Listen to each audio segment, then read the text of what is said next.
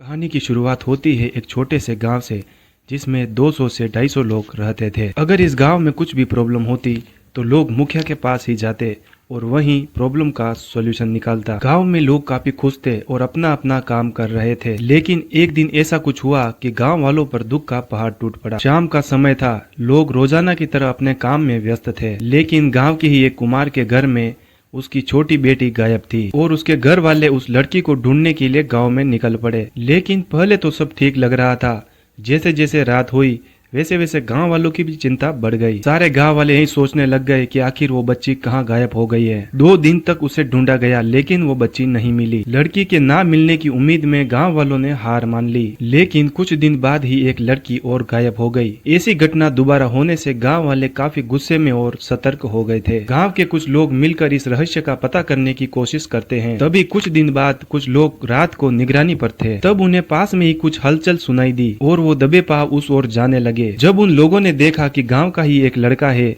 उसका नाम मोरी था। मोरी गांव में ज्यादातर किसी से बात नहीं करता था और वो हमेशा कुछ तंत्र मंत्र जैसी चीजें करता रहता था। जब गांव के कुछ लोगों ने उसे देखा, तब रात के अंधेरे में लोग चुपचाप उस मोरी के पीछे जाकर उसका पीछा करने लगे और यह देखने का प्रयास करने लगे कि वो क्या करने वाला है। लोगों को उस पर पहले ही शक हो गया था, लेकिन उसे रंगे हाथों पकड़ना चाहते थे। मोरी एक घर के बाहर जाता है, वहाँ उसे बाहर एक 12-13 साल की लड़की दिखती है, जिसे वो पकड़ने ही वाला था, पर गांव के लोगों ने उसे पकड़ लिया। जब उसे अगले दिन गांव के मुखिया के सामने पेश किया, तब मुखिया ने पूछा कि पहले जो 2 बच्चियां गायब हुई उनके साथ तुमने क्या किया था। तब मोरी ने बताया कि उन दोनों की बलि चढ़ा दी थी। ये सब सुनकर गांव वालों का खून खोलने लगा और उसे मारने को उतारू हो गए। लेकिन गांव के मुखिया ने यह कहकर रोक लिया कि इसे ऐसी सजा देंगे कि मरने के बाद भी इसे मुक्ति नहीं मिलेगी। और ऐसा कहकर मुखिया ने मोरी को ऐसी सजा सुना दी जिसे सुनकर हर किसी की रूह कांप गई। मुखिया ने मोरी को जमीन के अंदर उल्टा दफनाने की सजा सुनाई थी और अगले ही दिन गांव वालों ने मोरी को जमीन के अंदर उल्टा दफना दिया। लेकिन ये गांव वालों की सबसे बड़ी भूल थी। मोरी को जमीन में उल्टा ही गाड़ देने की वजह से वह और भी ज्यादा खतरनाक हो गया था। दोस्तों, इस घटना के बाद अब लगभग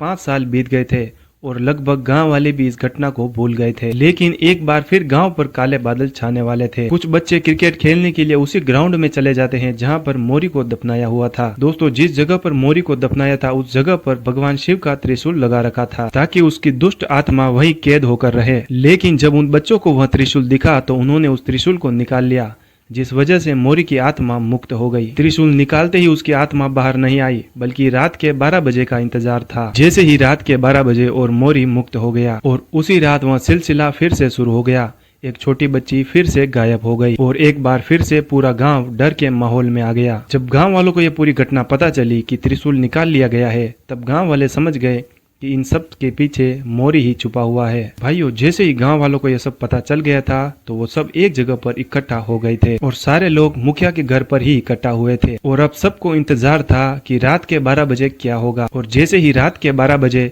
तो एक ठंडी हवा चली, जैसे कि कोई उन्हें चेतावनी दे रहा हो। वहां अचानक एक काला साया सब लोगों के सामने आया और गांव वालों को एक एक करके मारने की धमकी दे दी। गांव का मुखिया काफी समझदार था। जैसे उसने पहले मोरी को दफनाया था, अब वो और ही कुछ खुराफात सोचता है। वो गांव वालों को कहता है जो भी करना है दिन में करना होगा, क्योंकि रात को मोरी का खौफ है। तब अगले दिन सुबह होते ही कुछ गांव वाले पास के ही गांव से एक तांत्रिक को लेकर आते हैं। तब वह तांत्रिक बताता है कि जिस जगह पर मोरी को दफनाया था वहां से उसे निकालकर फिर उसे जलाना होगा। ये सुनकर मुखिया अपना अलग ही फैसला सुनाता है। गांव के लोग उस जगह पर जाते हैं जहां पर मोरी को दफनाया था और जमीन खोदकर उसे फिर बाहर निकालते हैं। तब मुखिया के लोग मोरी की हड्डियों को एक बॉक्स में भरकर समुद्र के अंदर छोड़ देते हैं। जब मुखिया को पूछा गया कि ऐसा क्यों किया, तब मुखिया ने कुछ ऐसा जवाब दिया जिससे हर कोई खुश हो गया। मुखिया ने कहा अगर उसकी हड्डियों को जला देते तब उसे मुक्ति मिल जाती और जो उसने किया है उसके लिए वो मरने के बाद भी भटकता रहे। इसीलिए उसके ढांचे को समुद्र में फेंक दिया, ताकि उसकी आत्मा समुद्र में उसके शरीर को ढूंढती रहे